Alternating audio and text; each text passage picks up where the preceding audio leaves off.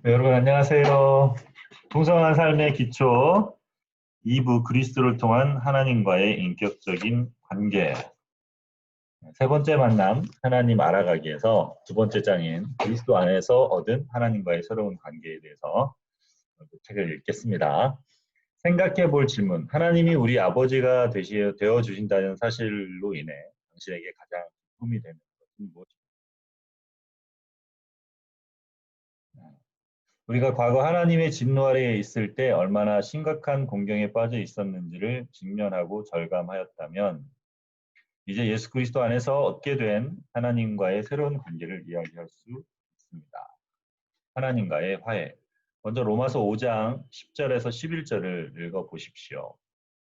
우리가 하나님의 원수일 때에도 하나님의 아들의 죽으심으로 말미암아 하나님과 화해하게 되었다면 화해한 우리가 하나님의 생명으로 구원을 얻으리라는 것은 더욱더 확실한 일입니다. 그뿐만 아니라 우리는 또한 우리 주 예수 그리스도로 말미암아 하나님을 자랑합니다. 우리는 지금 그로 말미암아 하나님과 화해를 하게 된 것입니다. 앞에 구절에서는 우리를 진노의 자식이라고 말했는데 여기서는 하나님의 원수였다라고 표현합니다. 그런데 아들의 죽으심으로 말미암아 하나님과 화해하게 되었다고 합니다. 우리 쪽에서 무엇을 해서가 아니라 하나님이 자신의 독생자를 희생시키셔서 화해할 수 있는 길을 여셨습니다.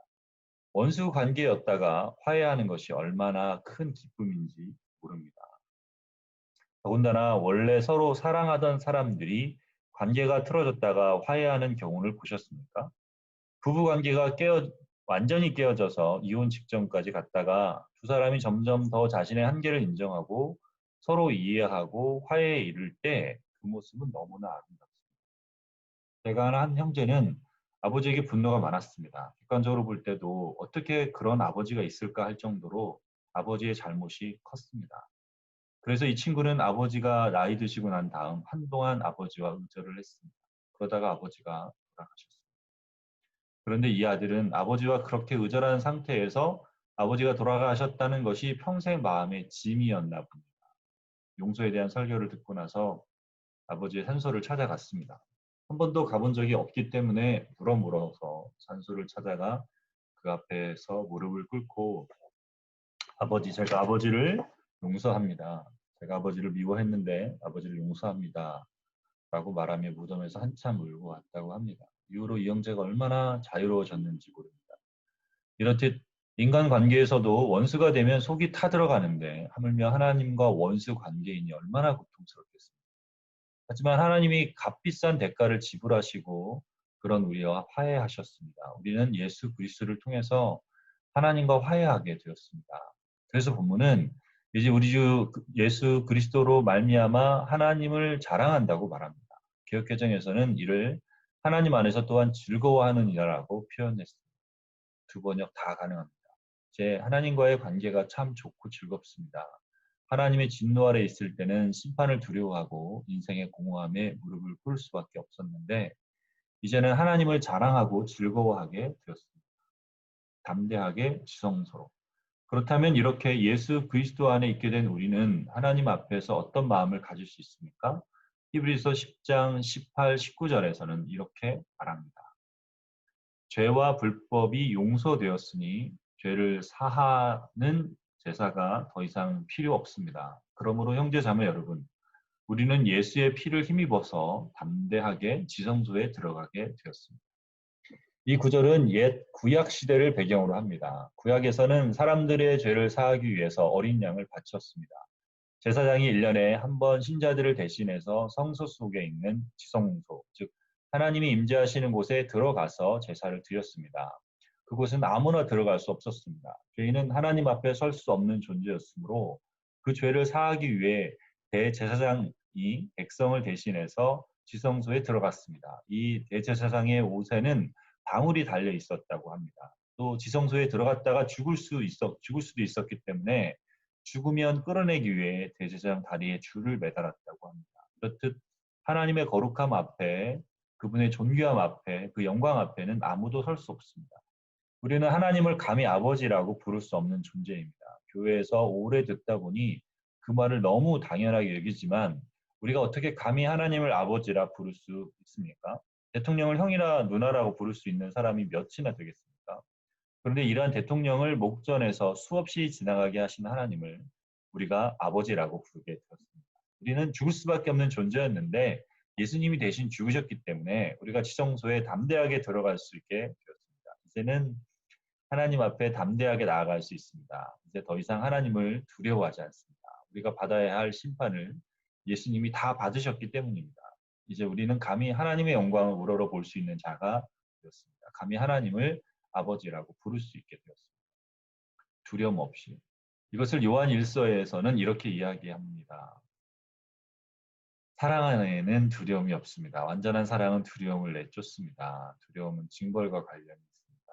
두려워하는 사람은 아직 사랑을 완성하지 못한 사람입니다. 여기서 사랑은 일반적인 사랑이라고도 할 수 있지만 더 본질적으로 하나님과의 관계에서의 사랑을 말합니다. 하나님을 두려워하고 있다면 아직 죄의식 때문에 괴로워하고 있다면 그 사람은 용서를 받은 즐거움을 모르는 사람입니다. 예수님이 얼마나 완벽하게 우리를 용서하셨는지 모르는 사람입니다. 늘 자신이 잘못한다고 생각하며 죄의식에 빠져 있는 것은 하나님이 완전하게 우리를 용납하셨다는 사실을 전인격적으로 수용하지 않는 것, 잊지 않는 것입니다. 우리 속에는 끊임없이 우리가 형편없다고 하는 소리가 들려옵니다. 참으로 희한하지 않습니까? 일이 잘 안 풀리면 속으로 괜찮아, 잘할 수 있을 거야, 실수는 누구나 해 하는 소리가 들리나요? 오히려 그럴 줄 알았어. 네가 하는 게 뭐 뻔하지. 왜 그랬니? 그렇게 될 줄 알았으면서 하는 소리가 들립니다. 거기다 그리스도인인 우리에게는 내가 그리스도인이니? 똑같잖아. 성경 공부를 하면 성경 공부는 왜 하니? 하는 마음까지 듭니다. 그래서 실제로 성경 공부나 예배 참석을 중단하기도 합니다. 하지만 그렇게 하면 공중의 권세 잡은 자의 말을 듣는 것입니다. 하나님은 이렇게 말씀하십니다. 내가 너를 완전히 용납했다. 내가 너를 사랑한다. 너는 이제 내 자녀야. 내 품에 있단다. 라고 말씀하십니다. 그런데 우리는 이 귀 소리에 귀 기울이지 않고 믿지 말아야 할 것을 믿습니다. 다시 한번 말하지만 믿음은 하나님이 하신 일을 믿는 것이지 자기가 믿고 싶은 것을 믿는 것이 아닙니다. 속에서 들리는 소리를 믿는 것이 아닙니다. 그 소리에 굴복하지 마십시오. 참소의 무릎을 꿇지 마십시오. 그렇다면 우리가 죄를 지을 때는 어떻게 해야 됩니까? 하나님과의 관계에서 죄를 지을 수도 있습니다. 그럴 때 하나님 용서해 주세요라고 기도해야 용서가 됩니까? 아닙니다. 꼭 회개 기도를 해야 용서를 받는 것이 아닙니다. 우리 죄는 이미 용서를 받았습니다. 예수님이 이미 우리의 과거와 현재와 미래의 죄를 다 그분의 피로 용서하셨습니다. 따라서 죄를 지을 때 하나님 제가 또 죄를 지었어요. 용서해 주세요. 용서받은 평화와 기쁨이 임할 때까지 용서를 구하겠습니다라고 기도하는 것은 하나님의 용서를 제대로 이해하지 못한 것입니다. 오히려 우리는 하나님이 죄도 용서하셨군요. 감사합니다. 하고 죄를 지을 때마다 하나님께 감사해야 합니다. 예수님을 통해 우리는 하나님은 우리의 모든 죄를 이미 용서하셨기 때문입니다. 어떤 사람은 회개해야만 죄가 없어지는 줄 알고 생각나는 대로 죄의 목록을 쓰고 빠진 것이 없나 재차 확인합니다. 그리고 난 뒤에도 기억하지 못하는 죄까지 용서하시옵고 라고 말을 덧붙입니다. 49개를 다 찾았는데 한 가지 놓쳐서 문제가 생기면 안 되기 때문입니다. 또 어떤 사람은 일주일에 한 번 주일에 일주일치 빨래를 하듯 용서를 구하기도 합니다. 하지만 이런 사람들은 성경에서 이야기하는 예수님의 용서에 대해서 잘 모르는 것입니다. 우리가 죄를 지을 때 하나님은 이미 예수 그리스도를 통해서 그 죄를 다 용서하십니다. 용서의 효력은 우리의 회개의 기도가 아니라 예수 그리스도의 대속에 달린 것입니다. 그러니 죄책감에 시달리지 마십시오. 그렇다면 회개는 쓸모없는 행동입니까? 회개는 무엇입니까? 회개는 하나님 앞에서 우리가 잘못했음을 인정하는 것입니다. 회개는 하나님께로 돌아서는 것입니다. 하나님, 제가 하나님을 향한 방향으로 다시 돌아서겠습니다. 하나님 없이 제 마음대로 했던 것 잘못했습니다. 다시 돌아서겠습니다. 하고 나아가는 것입니다. 오늘날 많은 사람들이 회개를 후회와 비슷한 것으로 생각하는 것 같습니다. 후회는 어쩌나 내가 왜 이렇게 했을까 한심해 하며 신세 타령을 하는 것입니다. 하지만 회개는 하나님을 향해서 방향을 바꾸는 것입니다. 자기 잘못을 인정하고 하나님께 나아가는 것입니다. 다시 다시는 하나님과 반대 방향으로 나아가지 않기로 결단하는 것입니다. 그러므로 그리스도인의 삶에서 회개는 없어서는 안 될 중요한 요소입니다. 회개는 하나님 앞에서 늘 방향을 바로잡고 그분의 은혜에 감사하며 하나님과의 화목한 관계를 유지하기 위해서 꼭 필요합니다. 젖된 아이처럼. 저는 시편 131편 2절에 2절이 이렇게 하나님과 화해하고 두려움 없이 사랑 가운데 있는 그리스도인의 영적인 상태를 가장 아름답게 묘사하는 구절이라고 생각합니다. 오히려 내 마음은 고요하고 평안합니다. 젖된 아이가 어머니 품에 안겨 있듯이 내 영혼도 젖된 아이와 같습니다. 여기서 젖된 아이란 젖을 다 먹고 난 다음 엄마 품에 안겨 있는 갓난 아기가 아니라 젖을 떼고 이유식을 먹는 아이, 이제 더 이상 젖을 먹지 않는 아이를 말합니다. 왜 젖된 아이라고 표현했을까요? 젖을 먹는 아이들은 엄마 품에 잘 안겨 있다가도 배가 고프면 앙앙하고 웁니다. 배가 고파서 울 때는 정말 필사적입니다. 아이들은 이제 나를 굶겨 죽이는구나 하는 마음으로 운다고 합니다. 하지만 젖을 떼면 이제 엄마를 의지할 줄 압니다. 이제 엄마와 심리적으로 애착 관계가 형성되어 있습니다. 그런 아이는 엄마 품에 안겨 있을 때 평안함을 누린다고 합니다. 이렇게 젖된 아이가 엄마 품에 안겨 있는 것이 그리스도인의 영적인 상태입니다. 젖을 땐 아이가 엄마와 애착 관계가 생겨서 엄마 품에 안겨 편안하고 따뜻하게 쉼을 얻는 상태. 이것이 우리 그리스도인의 상태입니다. 죄의식, 자신의 부족함, 약함 때문에 자신을 괴롭히고 자학하고 자신을 쓸모없는 존재라는 소리를 듣는 것이 아니라 그 품에 안겨서 세상의 어떤 것도 이길 것 같은 안전함을 누리는 것이 바로 그리스도인의 상태입니다. 하나님은 우리를 있는 그대로 받으십니다. 젖된 아이가 할 수 있는 것은 별로 없습니다. 그냥 엄마 품에 안겨 있을 뿐입니다. 셋째 지안이가 우리 집에 처음 왔을 때에는 상당히 불안했습니다. 그러나 함께하는 시간이 많아지면서 지금은 엄마한테 달려가서 안겨서 만족스러운 미소를 짓는 그 얼굴을 보면 이것이 바로 그리스도인의 모습을 상징하는 것이 아닐까라는 생각입니다.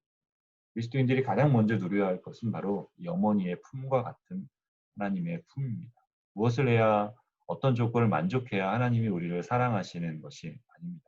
예수 그리스도 안에서 우리를 완전히 용납하신 하나님은 우리를 조건 없이 가슴에 품고 계십니다. 우리는 이제 하나님을 기쁘시게 해드려서 뭔가 더 하나님으로부터 얻어내려는 마음을 버려야 합니다. 하나님은 우리가 어떤 행위를 하거나 조건을 만족시켜 드렸기 때문에 우리를 더 사랑하시는 분이 아닙니다. 하나님의 자녀들끼리 충성 경쟁을 시키시는 분도 아닙니다. 어머니가 아이를 무한정 사랑하듯 우리를 품에 안고 사랑하시는 분입니다. 묵상 질문. 2장에서 읽은 로마서 5장 10절 11절, 히브리서 10장 18절 19절, 요한일서 4장 18절, 시편 131편 2절 중에 당신의 마음에 가장 와 닿았던 성경 구절을 마음속 깊이 묵상해 봅시다.